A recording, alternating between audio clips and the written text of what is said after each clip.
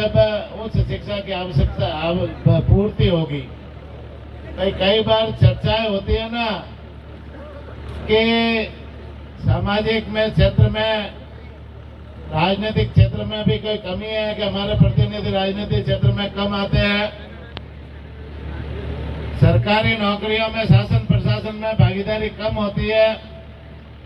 तो ये सारी जो कमियां हैं वो पूरी की पूरी शिक्षा के ऊपर है। उच्च शिक्षा आप लोग समाज में अपने बच्चों और बच्चियों को ज्यादा से ज्यादा दिलाओ।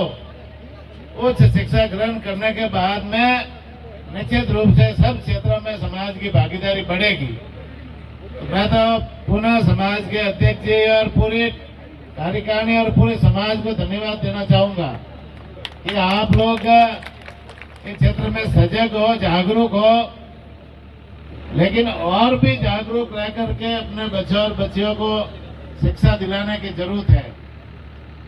शिक्षा के साथ साथ में समाज में बच्चों और बच्चियों को संस्कार देना भी जरूरी है। भाई आजकल क्या है कि शिक्षा एक किताबी ज्ञान तक रह गई और संस्कार को धीरे धीरे लोग भूल रहे हैं। तो ये हमारे परिवारों के लिए निश्चित रूप से बहुत ही नुकसानदायक है। भाई अपने परिवार संस्कारित नहीं होंगे तो शिक्षा ग्रहण करने के बाद में भी हमारे परिवारों में विघटन हो जाएगा।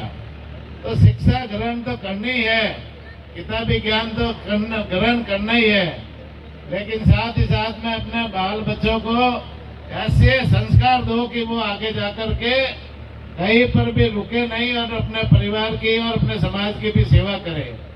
तो आजकल क्या है, पढ़ने लिखने के बाद में आप लोगों ने बच्चे बच्ची को योग्य बना दिया, शादी भी कर ली, शादी करने के बाद में वो कोई नौकरी में लग गए या कोई व्यवसाय में लग गए और फिर बाद में है ना अपने माता पिता को भूल जाते हैं, अपने परिवार को भूल जाते हैं, अपने समाज को भूल जाते हैं। तो ये भी एक बात है ना, दुखदायी घटना होती है।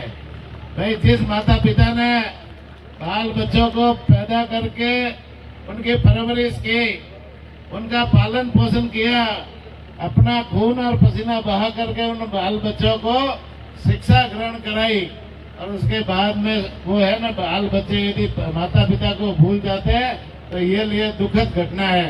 तो निश्चित रूप से अपने बच्चों को ऐसी शिक्षा दो कि वो पढ़ने लिखने और योग्य बनने के बाद में भी अपने माता पिता